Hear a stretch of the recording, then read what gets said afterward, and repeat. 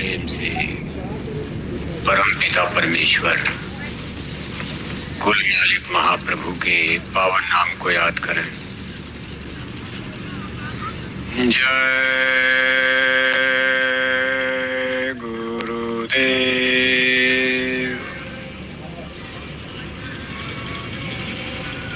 जय गुरुदेव नाम किसका, जय गुरुदेव।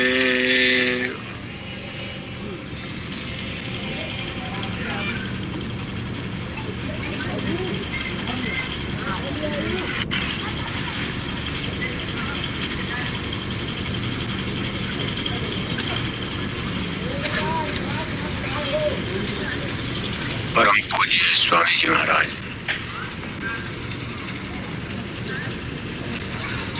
हमारी संस्था के प्रमुख, संस्था अध्यक्ष, वक्त के सदगुरु पूज्य हुजूर महाराज जी आज के इस सत्संग समारोह में भाग ले रहे सभी सम्मानित सत्संग प्रेमी भाई बहनों, प्यारे बच्चों, आज आपके इस गांव में जिला चित्रकूट, उत्तर प्रदेश, जय गुरुदेव धर्म प्रचारक संस्था मथुरा की तरफ से धर्म और अध्यात्म का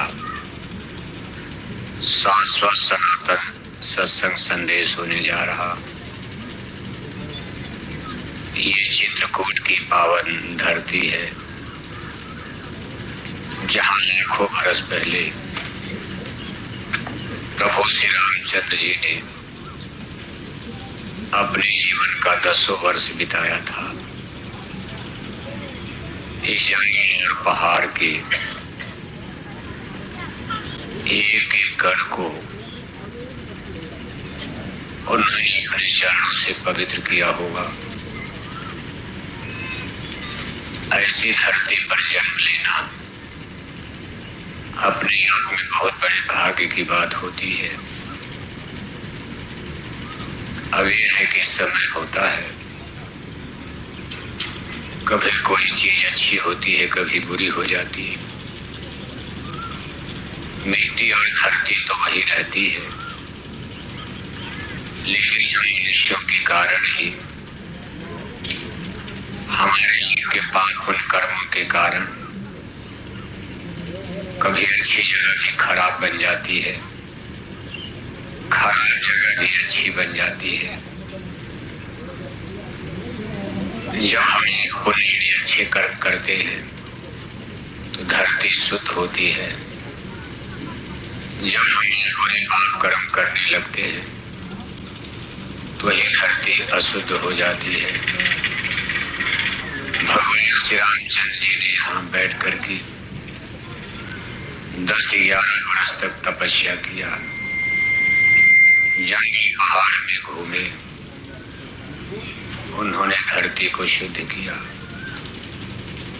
लेकिन आज इस वर्तमान समय में, आज के इस प्रेजेंट टाइम में, हम प्रभु श्री रामचंद्र जी के आदर्शों को चित्रकूट में धीरे धीरे भूलते जा रहे हैं।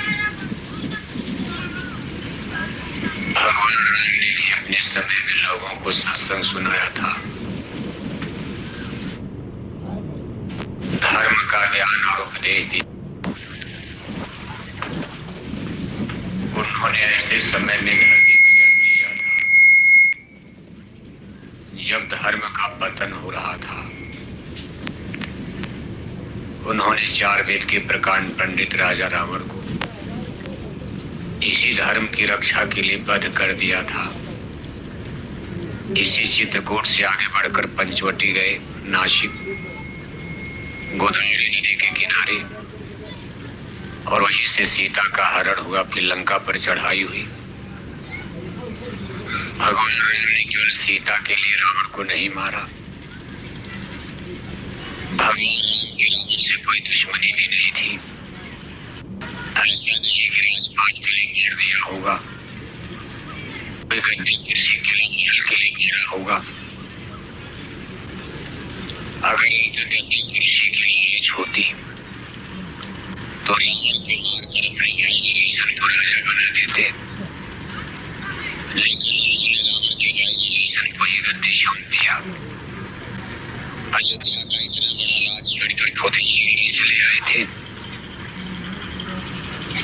यहाँ तक देखो भारत जी मनाने भी आए कि आप बस चलो, हम राजा नहीं बनेंगे, राजा आप ही रहेंगे। लेकिन भगवान राम नहीं लौटे।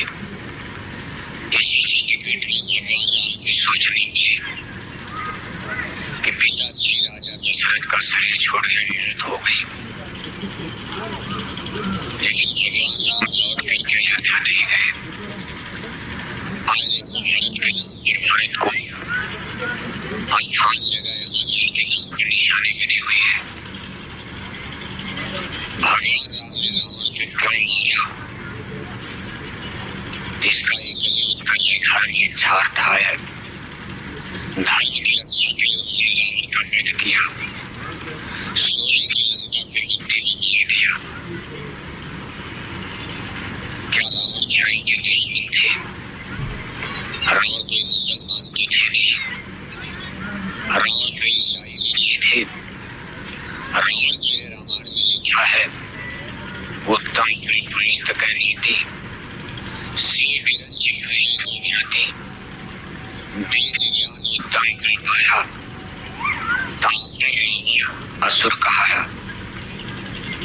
उत्तम कुल माने ब्राह्मण कुल में, जैसे आज अपने हिंदू धर्म में सबसे ऊंचा वर्ग है, सबसे ऊंची जाति किसको माना जाता है? किसको माना जाता? ब्राह्मण को ही माना जाता। मानो समय परिस्थितियां बदलते रहते हैं, घर भगवान में तो कोई जाति होती नहीं बनी। भगवान ने परमेश्वर ने तो दो जाति बनाई, कौन बनाई? मर्द बनाया। लेकिन हमारी परंपरा यहाँ मान्यता है, आज भी अपने हिंदू समाज में ब्राह्मण को सबसे ऊंचा दर्जा, इसी तरह लाखों वर्ष पहले त्रेता युग में ब्राह्मण को सबसे ऊंचा दर्जा समाज में प्राप्त था। उसी में रावण का जन्म है, उत्तम कुल। इसलिए रामायण में लिखा गया, उत्तम कुल माने सबसे श्रेष्ठ वंश, सबसे ऊंची जाति में रावण का जन्म ब्राह्मण कुल में। वेदों के ज्ञाता थे, ऐसा नहीं कि वेदों नहीं जानते, धार्मिक आदमी थे।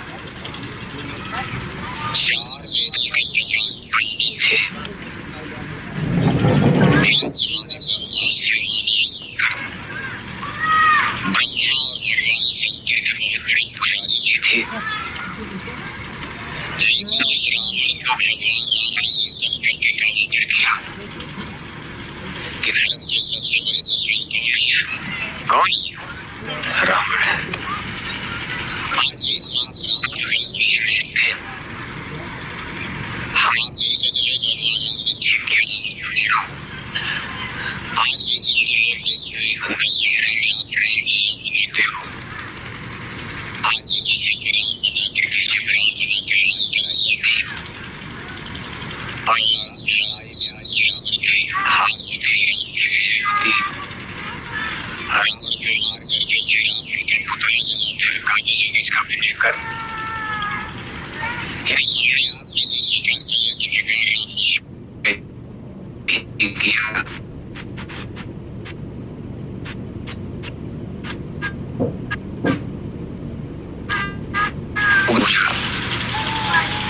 उसमें 10-20 बचा है, बच्चे चुप नहीं है। इनके पीछे करेंगे चुप। उसमें दुनिया में 100 बचा जैसे आप करेंगे, वैसे नहीं था।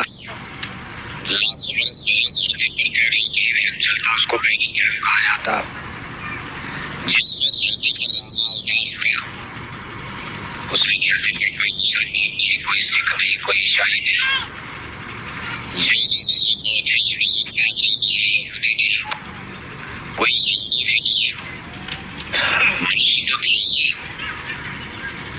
लेकिन सबका एक ही धर्म के ज्ञान की धरती पर केवल एक किताब थी, वेद। इसी वेदों जीता तो उसको वैदिक धर्म कहा जाता। रावण जी बेईमान रहे, राम जी बेईमान रहे, दोनों लोगों का धर्म वैदिक धर्म है।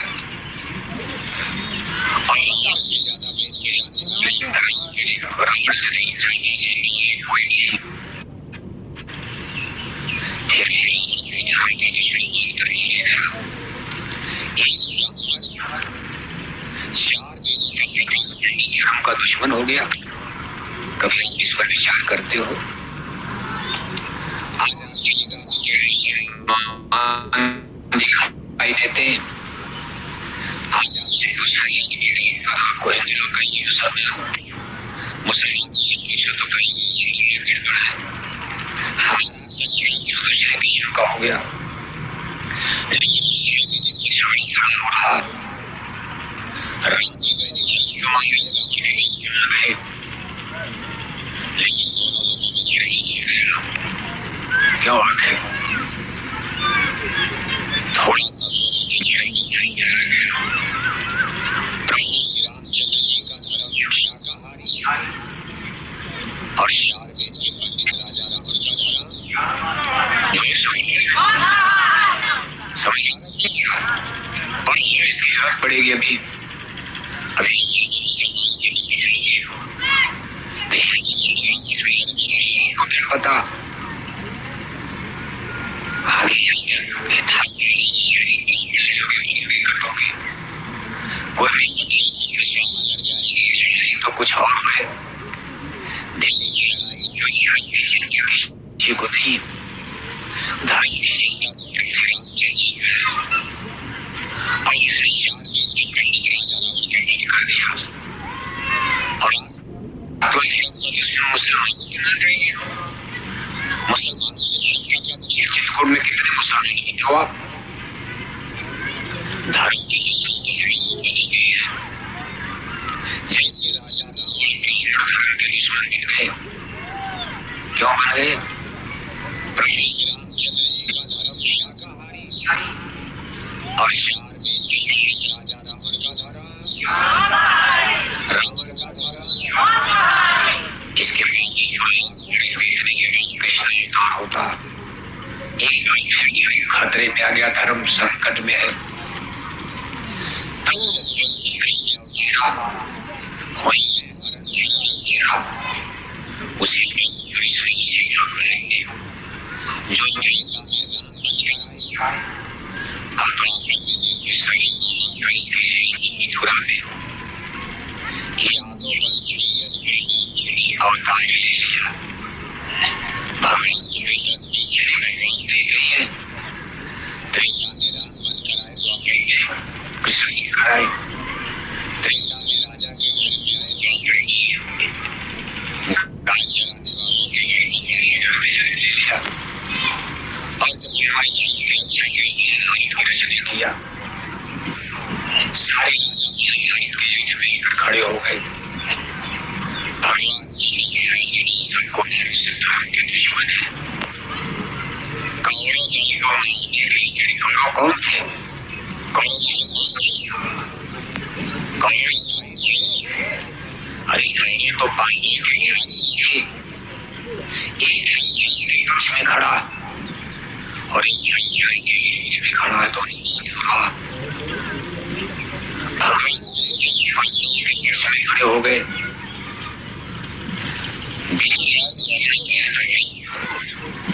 हम पांडवों के पक्ष में क्या है?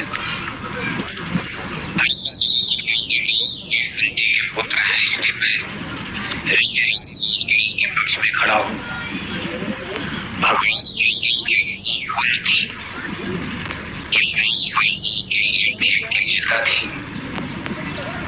तो लोग यही सोचते हैं बिना रिश्तेदारी देखकर इधर चले गए, दुर्योधन को छोड़ दिया। भगवान के विजय से ऐसा नहीं है कि मैं अपनी रिश्तेदारी मान के मेरी बुआ के लड़के पांडवों की तरह हूँ। मैं पांडवों का साथ इसलिए जीती हूँ कि आज पांडवों के साथ है, दुर्योधन के साथ अधर्म खड़ा है और पांडवों के साथ धर्म खड़ा है और धर्म की रक्षा के लिए मैंने जिंदगी किया है।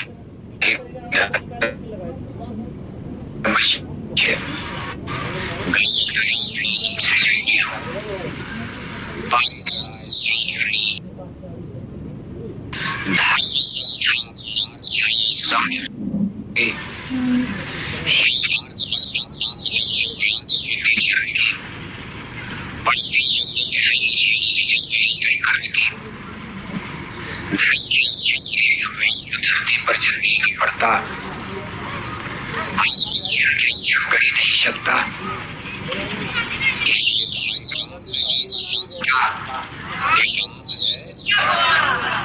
इसलिए राम के समय में थे, बस इस विश्वामित्र ऐसे ज्ञानी पुरुष, बड़े बड़े ऋषि मुनि, लेकिन हिरण को नहीं समझ नहीं पाए। राजा दशरथ ऐसे चक्रवर्ती सम्राट मौजूद है, लेकिन हिरण की रक्षा राजा लोग नहीं कर पाए। भगवान को दौड़े दौड़े धरती पर मनुष्य लेने पड़ा।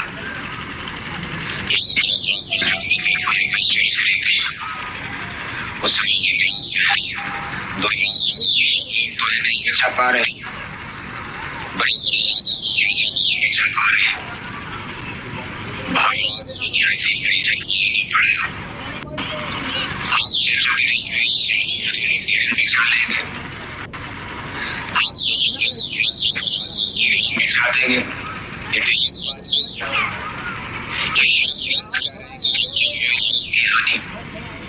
जब धर्म पर संकट आ जाएगा, खतरे नहीं होगा, तब कृपा सत्य मेरा असुर जग विस्तारें विसर्जस राम जन्म का हित। जब तक ईश्वर भगवान का सपोर्ट नहीं होगा, जब तक परमपिता परमेश्वर की इच्छा नहीं बनेगी, धरती पर कोई धर्म की रक्षा नहीं कर सकता। जब त्रेता द्वापर में नहीं कर पाए तो कलयुग में कोई कर पाएगा। आज हम आप सोचे कोई एमपी एमएलए मंत्री मिनिस्टर धर्म बचा देंगे, नहीं बचा सकते। हम आप धोखे में हैं।